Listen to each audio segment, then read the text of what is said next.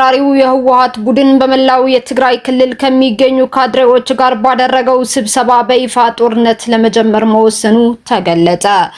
አክራሪው የህወሓት ቡድን በመላው የትግራይ ክልል የሚገኙ የካድሬዎች አስቸኳይ ስብሰባ በትናንትናው ዕለት የካቲት 12 2018 ዓ.ም የጠራ ሲሆን ጦርነቱን በይፋ እንደሚጀመር መናገሩም ተገልጿል።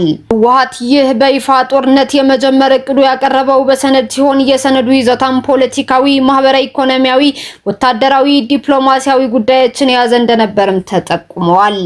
ቡድኑ ባቀረበው ሰነድም የተለያዩ እጅግ አስደንጋጭ የሆኑ የጥፋት ውሳኔዎች ማስተላለፉም ነው የተሰማው።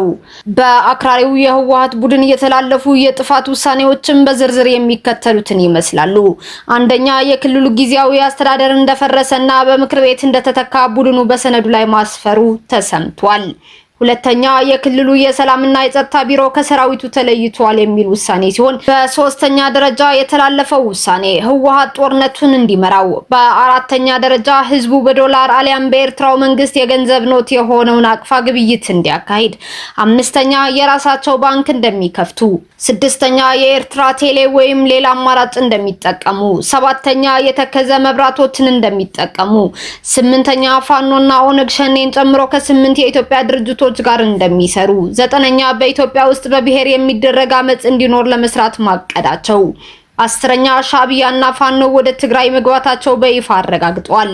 12ኛ የጦርነት አሰላለፉና የታጣቂ ምልመላ እስከ የካቲት 15 2018 ዓ.ም ድረስ እንደሚጠናቀቅ፣ በ13ኛ ደረጃ ድጋሚ አልታገልም የሚል ታጣቂ እንደ መሬት የመሳሰሉ የተሰጡት ጥቅሞች እንዲቀማ፣ በ14ኛ ደረጃ እያንዳንዱ የገጠር አባወራ 25 ኪሎ እህል፣ በሶና ቆሎ በከተማ አካባቢዎች የሚኖር አባወራም በርበሬ፣ ሽሮ፣ ማርና ተልባ እንዲያዘጋጅ፣ በ15ኛ ደረጃ የወጣቶች አፈሳ በይፋ የካቲት 16 2018 ዓ.ም እንደሚጀመር የሚያሳውቁ እጅግ ክፉኛ ወደ ጥፋት የሚመሩ ውሳኔዎችን አስተላልፈዋል።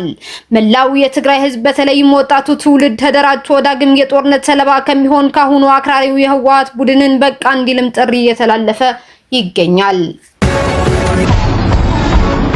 በ2013 ዓ.ም በትግራይ ክልል በተቋቋመው ጊዜያዊ አስተዳደር ላይ ህዝብን በማገልገል የነበሩ ወርቃማ የትግራይ ተወላጆች ኢትዮጵያውያን በህወሓት በግፍ የተረሸኑበት የሚዘክር መድረክ ተካሄደ።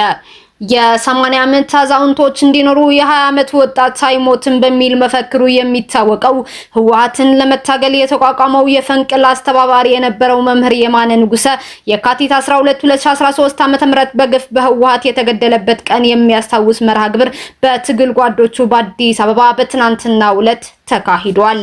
የካቲት 12 2013 ዓ.ም መምህር የማነ ንጉሰ በግፍ የተገደለበት 5ኛ ዓመት በተከበረበት በዚህ ወቅት በ2013 ዓ.ም በተቋቋመው ጊዜያዊ አስተዳደር ሰርታችኋል በሚል በጭካኔ የተገደሉት ከ115 በላይ የትግራይ ተወላጅ ኢትዮጵያውያንም ተዘክረዋል።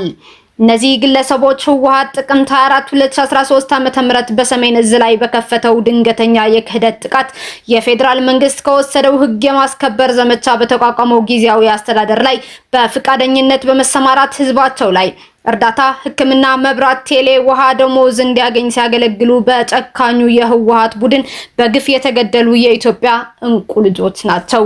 የዚህ መድረክ ዓላማም የሀገር መከላከያንና ፌዴራል መንግስትን ደግፋቸዋል በመባል የተገደሉት እነዚህ አካላት ፍትህ እንዲያገኙና እንዲሁም ገዳዮቻቸው ወደ ፍርድ እንዲቀርቡ ለማድረግ እንደሆነ ጓዶቻቸው አሳስበዋል። የሰሜን እዝ ሲጠቃ ከሀገር መከላከያ ሰራዊት ጎን ከፊት በመቆም ህወሓት ይበቃዋል፣ የትግራይ ህዝብ ከዚህ በኋላ ራሱን በራሱ ያስተዳድራል፣ ነፃነታችን በእጃችን ነው በማለት ፌዴራል መንግስት ባቋቋመው ጊዜያዊ አስተዳደር ላይ በመሳተፍ ከኢትዮጵያ ጎን የተሰለፉት ውድ ልጆቿ ኢትዮጵያ የምትዘክርበትና የምትክስበት ጊዜ አሁን እንደሆነም የመርሃ ግብሩ ተሳታፊዎች አንስተዋል። የፌዴራል መንግስትም ራሱ ባቋቋመው ተቋም ገብተው ውድ ህይወታቸው ለገበሩት ለነዚህ የራሱ ሰራተኞች የሚገባቸው ክብርና እውቅና እንዲሰጣቸው፣ ቤተሰቦቻቸው የሚገባቸው ፍትህና ካሳ የሚያገኙበት እድል እንዲፈጠርና ገዳዮቻቸው ወደ ፍርድ እንዲያቀርብም ተሳታፊዎቹ አክለዋል። ክብር በ2013 ዓ.ም በተቋቋመው ጊዜያዊ አስተዳደር በመሳተፋችሁ ከህወሓት የሞት ሰንሰለት በህይወት ለተረፋችሁ ጀግኖች የትግራይ ተወላጅ ኢትዮጵያውያን፣ ክብር ለኢትዮጵያውያን ውድ ልጆች በሙሉ። በባንኮች ላይ የ89 ሚሊዮን ብር ምዝበራ የፈጸመው ቡድን በቁጥጥር ስር ዋለ። የካቲት 12 ቀን 2018 ዓ.ም የኢትዮጵያ ፌዴራል ፖሊስ ባደረገው ክትትል በሐሰተኛ የባንክ ዋስትና ሰነድ በመጠቀም በገዳ ባንክ፣ በኦሮሚያ ህብረት ስራ ባንክና በኢትዮጵያ ንግድ ባንክ ላይ ከባድ የሙስና ወንጀል የፈጸሙ ተጠርጣሪዎችን ከነግብረ አበሮቻቸው በቁጥጥር ስር መዋሉን አስታውቋል። ተጠርጣሪዎቹ በተቀነባበረ ሴራ በአጠቃላይ ከ89 ሚሊዮን 296 ሺህ ብር በላይ በሀገር ኢኮኖሚና በባንኮች ላይ ጉዳት አድርሰዋል ብለዋል የኢትዮጵያ ፌዴራል ፖሊስ። የጎደር ዋይን ትሬዲንግ ኃላፊነቱ የተወሰነ የግል ማህበር ስራ አስኪያጅ ጌታሁን መለሰ ሲሆን ከገዳ ባንክ አገምሳ ቅርንጫፍ ስራ አስኪያጅ አብዲሳ ቶሎሳ ጋር በጥቅም በመመሳጠር የቅርንጫፉን ፊርማና ማህተም ለወንጀል ተግባራቸው ሲጠቀሙበት ቆይተዋል ብለዋል የኢትዮጵያ ፌዴራል ፖሊስ። ዋነኛው ተጠርጣሪ ጌታሁን መለስ ከዚህ ቀደም በኦሮሚያ ህብረት ስራ ባንክ ላይ የ28 ሚሊዮን ብር እንዲሁም በንግድ ባንክ ላይ የ18 ሚሊዮን ብር የሐሰት ሰነድ ወንጀል ፈጽሞ ሲፈለግ የነበረ መሆኑም አሳውቋል። አበባው መኮንን የተባለ ሌላኛው ተጠርጣሪ ደግሞ ወንጀሉ እንዲፈጸም በማግባባትና ሁኔታዎች በማመቻቸት ከፍተኛ የጥቅም ትስስር እንደነበረው ፖሊስ አረጋግጫለሁ ብሏል። ፌዴራል ፖሊስ በሀገር ኢኮኖሚ ላይ አደጋ የሚደቅኑ ወንጀለኞችን የማደን ስራውን አጠናክሮ እንደሚቀጥል በመግለጽ ህብረተሰቡ መሰል ህገወጥ ድርጊቶች ሲመለከት በነጻ ስልክ መስመር 991 ወይም በኢኤፍፒ አፕ ጥቆማ እንዲሰጥ ጥሪም አቅርበዋል። መረጃው የኢትዮጵያ ፌዴራል ፖሊስ ነው። የእስራኤሉ ፕሬዝዳንት ኢስሐቅ ሄርዞግ ወደ አዲስ አበባ ሊመጡ እንደሆነ ተሰማ። የእስራኤሉ ፕሬዝዳንት ኢስሐቅ ሄርዞግ በቀጣዩ ሳምንት በኢትዮጵያ የአንድ ቀን ይፋዊ የስራ ጉብኝት እንደሚያደርጉ ተሰምቷል።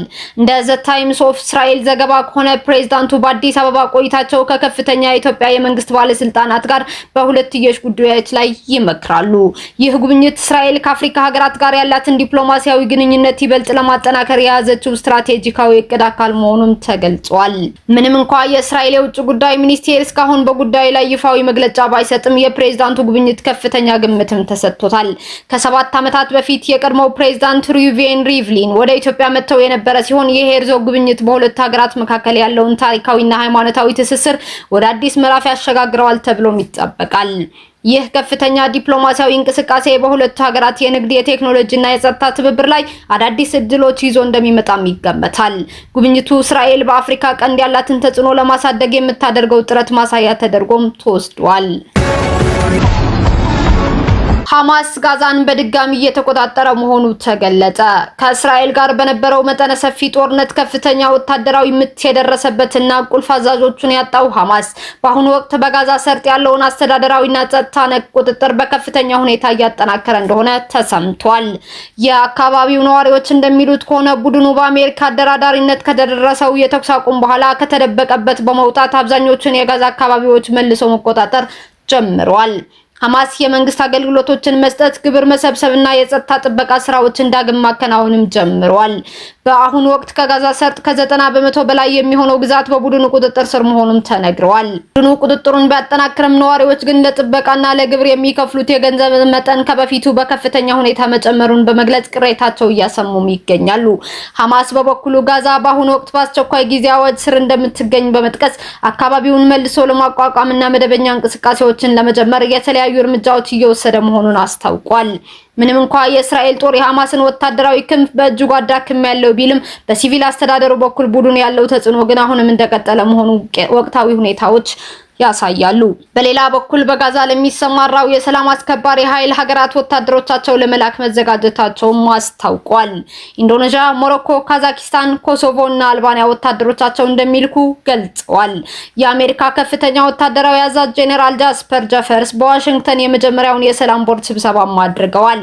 ወታደሮቹ ዓለም አቀፍ የሰላም አገልግሎት ሰጪ በመሆን የሚያገለግሉ ሲሆን ግብጽና ዮርዳኖስ የፍልስጤም ፖሊስ ያሰለጥናሉም ተብሏል። ጄኔራል ጃስፐር ወታደሮቹ በመጀመሪያው ዙር በራፋህ እንዲሰፍሩ ይደረጋል፣ ቀስ በቀስ ወደ ሌሎች ስፍራዎች እንደሚሰማሩም ተናግረዋል። 12000 ፖሊሶችና 20000 ዓለም አቀፍ ድጋፍ ሰጪ ወታደሮች እንደሚሰማሩ አክለው ገልጸዋል። ጄኔራል ጃስፐር በፕሬዝዳንት ዶናልድ ትራምፕ የተቋቋመው የሰላም ቦርድ ኮሚቴ እንደገለጸው በራፋህ 100,000 ቤቶች፣ 500,000 መኖሪያዎችና 400,000 ተጨማሪ ቤቶች በጋዛ ይገነባሉ ሲል አስታውቋል። በዚህ የሰላም ቦርድ እስካሁን ድረስ 26 ሀገራት በአባልነት ተመዝግበዋል። ሐማስ ግን በጉዳዩ ዙሪያ እስከዚህ ሰዓት ድረስ የሰጠው መግለጫም የለም።